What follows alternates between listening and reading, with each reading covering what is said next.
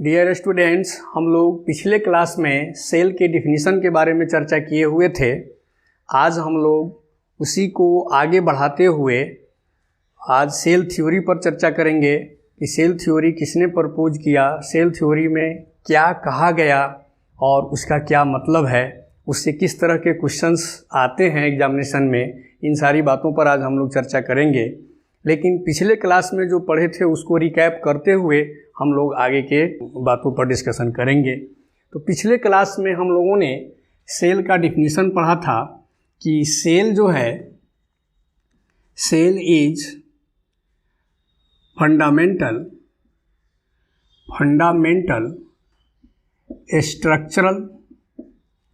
Structural and functional unit of living organism. ये हम लोगों ने देखा था। उसमें हम लोगों ने ये देखा था कि कुछ ऑर्गेनिज्म जो हैं, सम ऑफ देम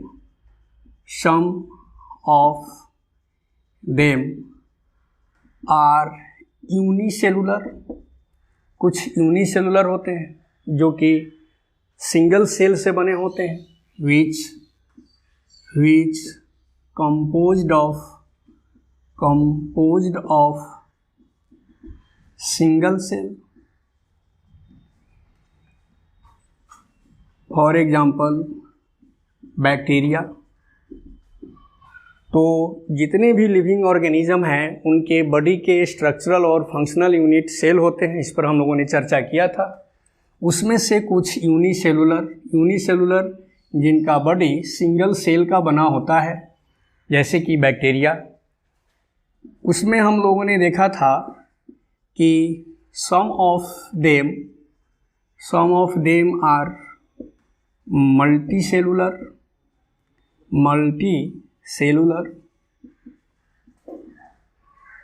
तो multicellular means which body is composed of many cells, जिसके बॉडी many cells के बने होते हैं। For example human beings.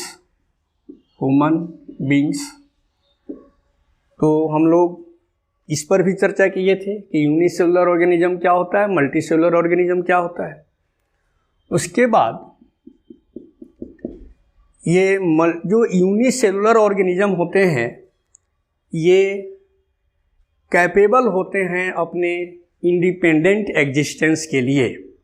इसका मतलब यह हुआ कि आप इसको ऐसे कह सकते हैं, यूनिसेलुलर ऑर्गेनिज्म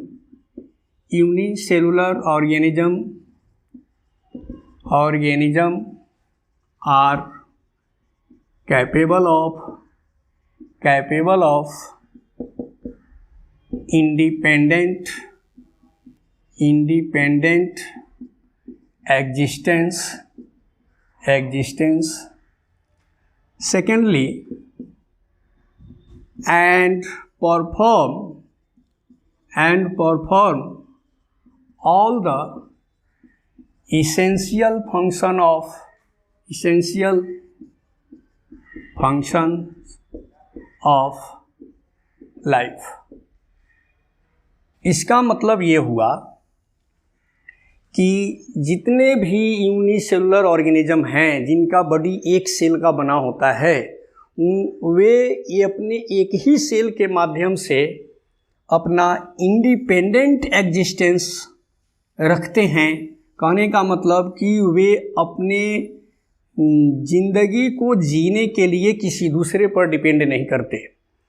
इसलिए कहा जाता है कि unicellular organism are capable of independent existence. वे अपनी उसी एक ही सेल के माध्यम से अपने सारे इसेंशियल फंक्शन परफॉर्म कर लेते हैं। जितना भी इस ज़िंदगी को एग्जिस्ट रखने के लिए जो भी इसेंशियल फंक्शंस हैं, जैसे मूवमेंट, जैसे न्यूट्रिशन, जैसे एक्सक्रीशन, जैसे ट्रांसपोर्टेशन, जैसे रिप्रोडक्शन एट्सेट्रा, जो भी इसेंशियल फंक्शंस हैं वह सारा इसेंशियल फंक्शन, सारे के सारे इसेंशियल फंक्शन वह यूनिसेलुलर ऑर्गेनिज्म अपने उसी सिंगल सेल के माध्यम से परफॉर्म करता है। और इसीलिए यह कहा जाता है कि unicellular organism are capable of independent existence and perform all the essential function of life. अब इसी में आप ये देखे होंगे कि जैसे वायरस जो है, वायरस के बारे में कहा जाता है कि वायरस कंप्लीट सेल नहीं होता। अगर हम वायरस की बात करें, वायरस कंप्लीट सेल नहीं होता क्योंकि इसमें साइटोप्लाज्म नहीं होता, इसमें साइटोप्लाज्म नहीं होता, इसलिए वायरस कंप्लीट सेल नहीं कहा जाता। अब यह जब तक नॉन लिविंग थिंग्स है, मतलब जब तक यह होस्ट सेल के बाहर है तब तक यह नॉन लिविंग होता है। और ज्यों ही इसे होस्ट सेल मिल जाता है तो यह होस्ट सेल के साइटोप्लाज्म को यूज करता है और अपना जो अधूरापन है जिसके वजह से यह कंप्लीट सेल नहीं था, वह अपना कंप्लीट सेल बन जाता है और अपना अब यह इसेंशियल फंक्शन परफॉर्म करने लगता है, अपनी संख्या बढ़ाने लगता है। तो जैसे ही यह होस्ट सेल में इंटर करता है, होस्ट सेल में इंटर करता है तो यह लिविंग बन जाता है और होस्ट सेल के साइटोप्लाज्म को यूज करके और यह अपना मल्टीप्लिकेशन करता है, रिप्रोडक्शन करता है, ऑल जो फंक्शंस हैं सब करके और यह अपनी संख्या को बढ़ाता है।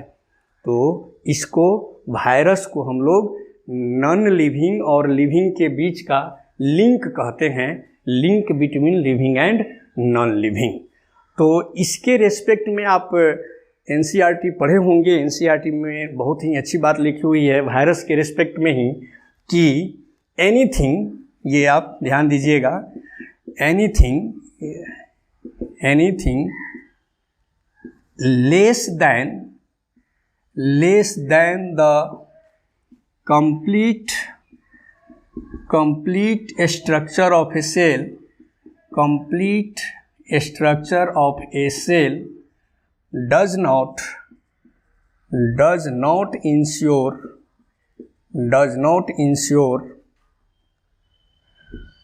independent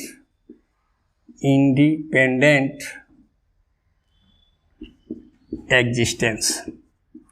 ये लाइन बहुत ही खूबसूरत लाइन एनसीईआरटी का है और यह वायरस के ही रेस्पेक्ट में लिखा हुआ है कि कुछ भी जो कंप्लीट सेल के कंप्लीट स्ट्रक्चर से लेस देन कुछ भी हो, वह अपना इंडिपेंडेंट एग्जिस्टेंस इंश्योर नहीं कर सकता, वह इंडिपेंडेंट एग्जिस्टेंस नहीं रख पाएगा, वह अपने काम के लिए दूसरे सेल पर डिपेंड होना पड़ेगा उसको अपनी संख्या बढ़ाने के लिए या अन्य फंक्शंस के लिए। लेकिन जो कंप्लीट सेल होगा वह अपना इंडिपेंडेंट एग्जिस्टेंस रखता है। तो अब आप लोग वीडियो पॉज करके इसको नोट कर ले, फिर अब आगे बढ़ाते हैं। उम्मीद है कि आप लोग इसको नोट डाउन कर लिए होंगे। अब हम आगे थोड़ा सा और रिकैप कराएंगे जो पिछले हम लोग पढ़े थे। इसमें चर्चा हुई थी कि फर्स्ट सेल का डिस्कवरी रॉबर्ट हुक ने किया था। रॉबर्ट हुक ने जिस सेल का डिस्कवरी किया था वो आप जानते हैं कि कॉर्क सेल था, मतलब वो डेड सेल था। और फर्स्ट ऑफ ऑल जो एंटोन वान ल्यूवेनहॉक थे, उन्होंने उस पॉन्ड वाटर में लिविंग सेल का डिस्कवरी किया था। और उससे कुछ दिनों बाद रॉबर्ट ब्राउन जो थे उन्होंने न्यूक्लियस को खोज दिया था। तो ये हम लोग पिछले वीडियो में पढ़े हुए थे कि first cell discovered by Robert hook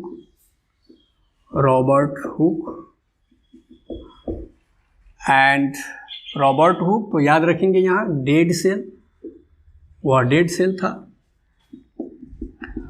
first living cell was discovered by Anton van ल्यूवेनहोयक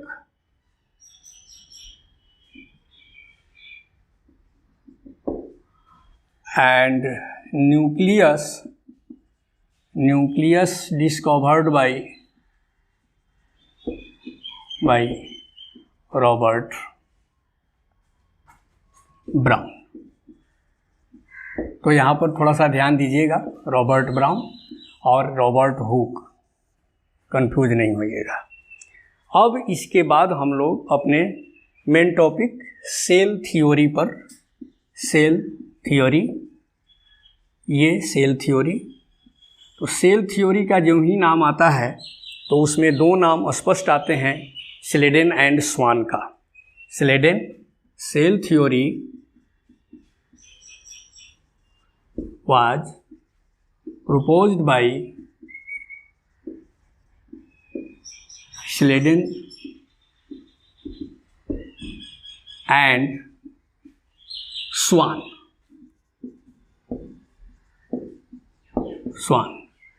तो सेल थ्योरी को सबसे पहले स्लेडेन एंड स्वान ने कंबाइंड रूप से दिया था। तो आइए इन लोगों के बारे में एक एक करके हम लोग देखें कि ये स्लेडेन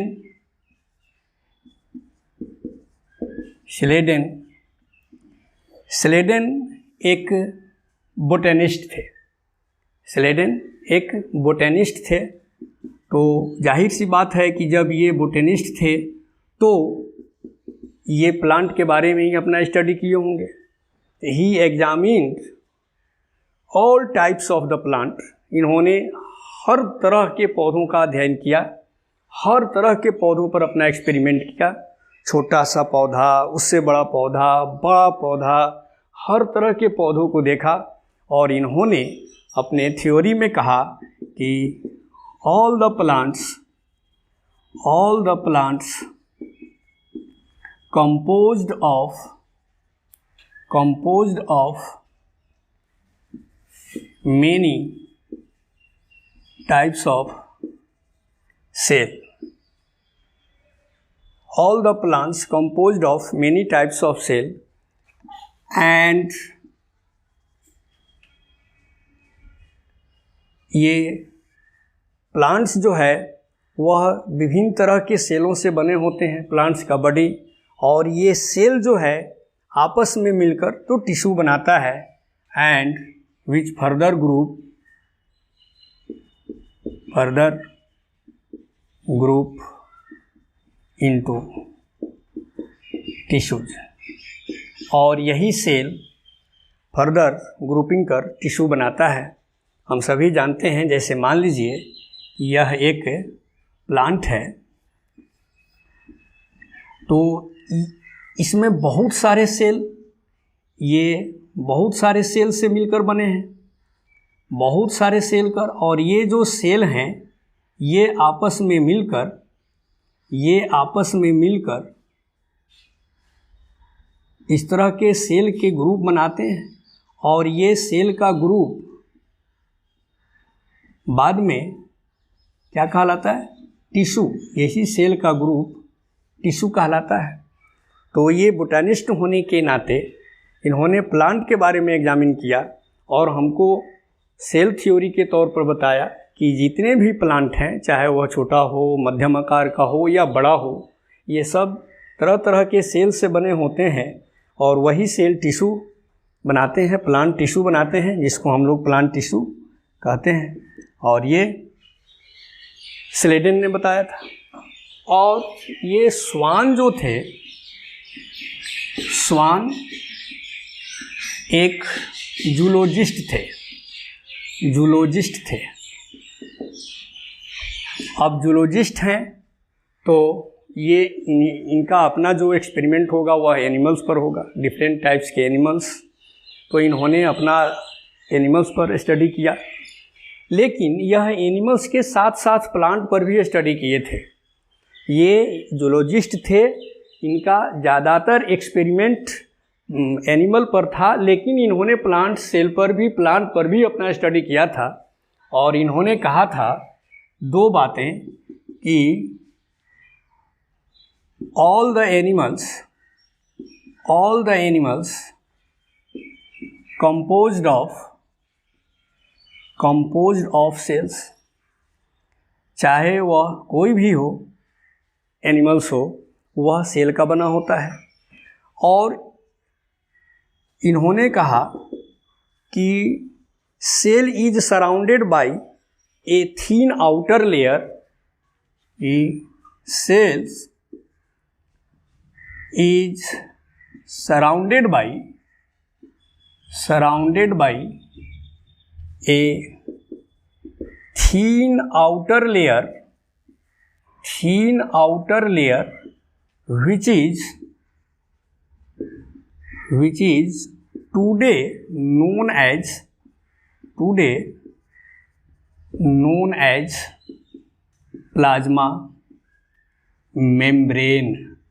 प्लाज्मा मेम्ब्रेन। कहे कि जो आज जाना जाता है प्लाज्मा मेम्ब्रेन के नाम से, उस समय ये उनका नाम नहीं दे पाए थे, लेकिन ये ज़रूर कहे थे कि सेल जो है वह एक थीन आउटर लेयर से सराउंडेड होता है, घिरा होता है, जो आज प्लाज्मा मेम्ब्रेन के नाम से जाना जाता है। और इन्होंने जो प्लांट पर अपना स्टडी किया था, तो इन्होंने प्लांट के बारे में क्या कहा था कि cell wall is a unique characters of plant cell. ये कहे थे कि ये सेल वॉल जो है प्लांट सेल का यूनिक कैरेक्टर होता है, मतलब सेल वॉल एनिमल सेल में नहीं पाया जाता। अब यहीं से क्वेश्चन बनता है, कई बार यहाँ से क्वेश्चन पूछा गया है कि cell wall is a unique character of plant cell, this statement was given by. तो बच्चे जो ही प्लांट के बारे में पढ़ते हैं तो उनका अंदाज़ा होता है कि ये तो बोटानिस्ट का दिया हुआ होगा, और बोटानिस्ट के चक्कर में स्लेडन का नाम वहाँ पर टिक करते हैं, आंसर में स्लेडन देते हैं, जो कि गलत हो जाता है। याद रखिएगा कि यह जो स्टेटमेंट है कि cell wall is a unique character of plant cell, यह बोटानिस्ट का नहीं, यह जूलॉजिस्ट स्वान का दिया हुआ स्टेटमेंट है। इसलिए यहाँ पर थोड़ी सी सावधानी ज़रूर बरतेंगे। चलिए फिर से इसको नोट डाउन कर लीजिए वीडियो पॉज करके, तब तक आइए नोट डाउन कर लिए होंगे। अब आगे हम लोग अपनी बात बताते हैं कि आपने ध्यान दिया होगा कि स्लेडन ने कहा कि सारे प्लांट्स जो हैं सेल कर बने होते हैं, स्वान ने कहा कि सारे एनिमल्स सेल के बने होते हैं। तो इन लोगों ने देखा कि हम लोग जो स्टेटमेंट दिए उसमें काफ़ी सिमिलरिटी है कि एनिमल्स भी सेल के बने होते हैं, प्लांट्स भी सेल के बने होते हैं। इसलिए इन दोनों ने अपना एक कंबाइंड थ्योरी दिया सेल के बारे में, जो कि सेल थ्योरी के नाम से फेमस हुआ। तो cell theory was formulated by Schleiden and Schwann, combined in the combined way में उन लोगों ने सेल थ्योरी को प्रपोज किया कि और कहा कि ऑल लिविंग ऑर्गेनिज्म, अब जरा ध्यान दीजिए, ऑल लिविंग ऑर्गेनिज्म। अब इन्होंने ये नहीं कहा कि ऑल प्लांट्स, ऑल एनिमल्स, अब इन्होंने कह दिया ऑल लिविंग ऑर्गेनिजम्स, जितने भी सजीव हैं वे आर कंपोज्ड ऑफ सेल्स, कि जितने भी सजीव हैं ये सेल के बने होते हैं। ये स्लेडन और स्वान संयुक्त रूप से सेल थ्योरी में ये स्टेटमेंट दिया कि जितने भी सजीव हैं ये सेल के बने होते हैं।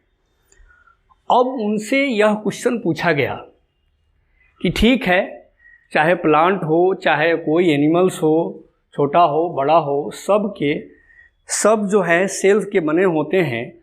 तो आखिर उनमें ये जो नए नए सेल जिससे उनके बॉडी का निर्माण होता है, ये सेल कहाँ से आते हैं? ये क्वेश्चन उनसे जब पूछा गया कि ये नए सेल कहाँ से आते हैं ताकि उनके पूरे बॉडी का फॉर्मेशन होता है, तो ये दोनों इस क्वेश्चन का आंसर नहीं समझा पाए, नहीं बता पाए कि पूरे बॉडी के फॉर्मेशन के लिए जितनी कोशिकाएं आवश्यक होती है, जितने सेल्स आवश्यक होते हैं, वे सब कहाँ से आते हैं ये नहीं समझा पाए, और यही उनके थ्योरी का ड्रॉबैक बन गया। तो अगर कोई कहता है कि स्लेडन और स्वान के द्वारा दिए गए सेल थ्योरी का ड्रॉबैक क्या था, तो ड्रॉबैक के बारे में क्या कहेंगे कि अनेबल टू एक्सप्लेन, ये उस बात को एक्सप्लेन करने में अनेबल हो गए। कौन सी बात को? कि नए सेल कहाँ से आते हैं, कि हाउ न्यू सेल्स एराइजेस, नए सेल कैसे एराइज होते हैं, इस बात को समझाने में ये असमर्थ हो गए, नहीं समझा पाए, और यही इनके सेल थ्योरी का ड्रॉबैक बन गया। अब काफ़ी दिन बाद, मतलब ये स्लेडन और स्वान जो थे 1839 और 1838 और 39 के लगभग इन्होंने अपना सेल थ्योरी दिया था। उसके काफ़ी दिनों बाद 1855 में एक बहुत ही महान साइंटिस्ट रुडोल्फ विर्चॉ आए, और रुडोल्फ विर्चॉ ने इनके इस सेल थ्योरी के ड्रॉबैक को सॉल्व किया। और रुडोल्फ विर्चॉ जो कि 1855 के करीब में आए, और इन्होंने इसको सॉल्व किया। इन्होंने अपनी भाषा में कहा ओमनिस सेलुला ए सेलुला। अब इसका क्या मतलब है? जब हम इसको अपने सिंपल इंग्लिश में ट्रांसलेट करते हैं तो इस स्टेटमेंट का मतलब होता है कि new cell arises from pre existing cells. मतलब इसको ऐसे कहा जाए कि new cells arises from pre existing cells. तो इन्होंने कहा कि भाई ये नए सेल जो हैं यह प्री एग्जिस्टिंग सेल से ही आते हैं, पुरानी कोशिकाओं से ही आते हैं, डिवाइड होकर बनते हैं। सेल डिवीज़न के दौरान ये नए नए सेल बनते हैं, जिससे कि किसी भी ऑर्गेनिज्म का बॉडी बनता है। तो आप देखेंगे सेल डिवीज़न हम लोगों को पढ़ना है। यह एक सेल है, यह डिवाइड होगा, 2 सेल बनाएगा, और फिर ये डिवाइड होगा, फिर ये 2 सेल बनाएंगे, फिर ये डिवाइड होंगे, फिर ये 2 सेल बनाएंगे। तो इस तरह से सेल का डिवीज़न होते जाएगा और नए नए सेल बनते जाएंगे। तो इसी बात को उन्होंने अपनी भाषा में कहा ओमनिस सेलुला ए सेलुला। यहाँ से भी क्वेश्चन आते हैं कि omnis सेलुला A सेलुला statement was given by, तो याद रखेंगे कि यह रुडोल्फ विर्चॉ का दिया हुआ स्टेटमेंट है, और जिसका मतलब होता है कि नई कोशिकाएं पुरानी कोशिकाओं से ही विभाजन के फलस्वरूप बनती है। नई कोशिकाएं पुरानी कोशिकाओं के विभाजन के फलस्वरूप से ही बनती है। आप ये देख सकते हैं कि यह जो प्री एग्जिस्टिंग सेल्स है, इसी के डिवीज़न के फलस्वरूप ये डॉटर सेल बने, फिर इनके डिवीज़न के फलस्वरूप ये डॉटर सेल बने, और इस तरह से पूरे बॉडी में जितने सेल्स की आवश्यकता होती है उसका निर्माण होता है, और किसी भी जीव के बॉडी का निर्माण सेल के मिलने से होता है। Thank you. आज के लिए इतना ही, फिर आगे हम लोग अगले क्लास में इसके बाद के टॉपिक पर चर्चा करेंगे। तब तक के लिए धन्यवाद। और अगर पसंद आ रही हो पढ़ाई, अच्छा लग रहा हो, तो इसको अधिक से अधिक शेयर करें, सब्सक्राइब करें। Thank you.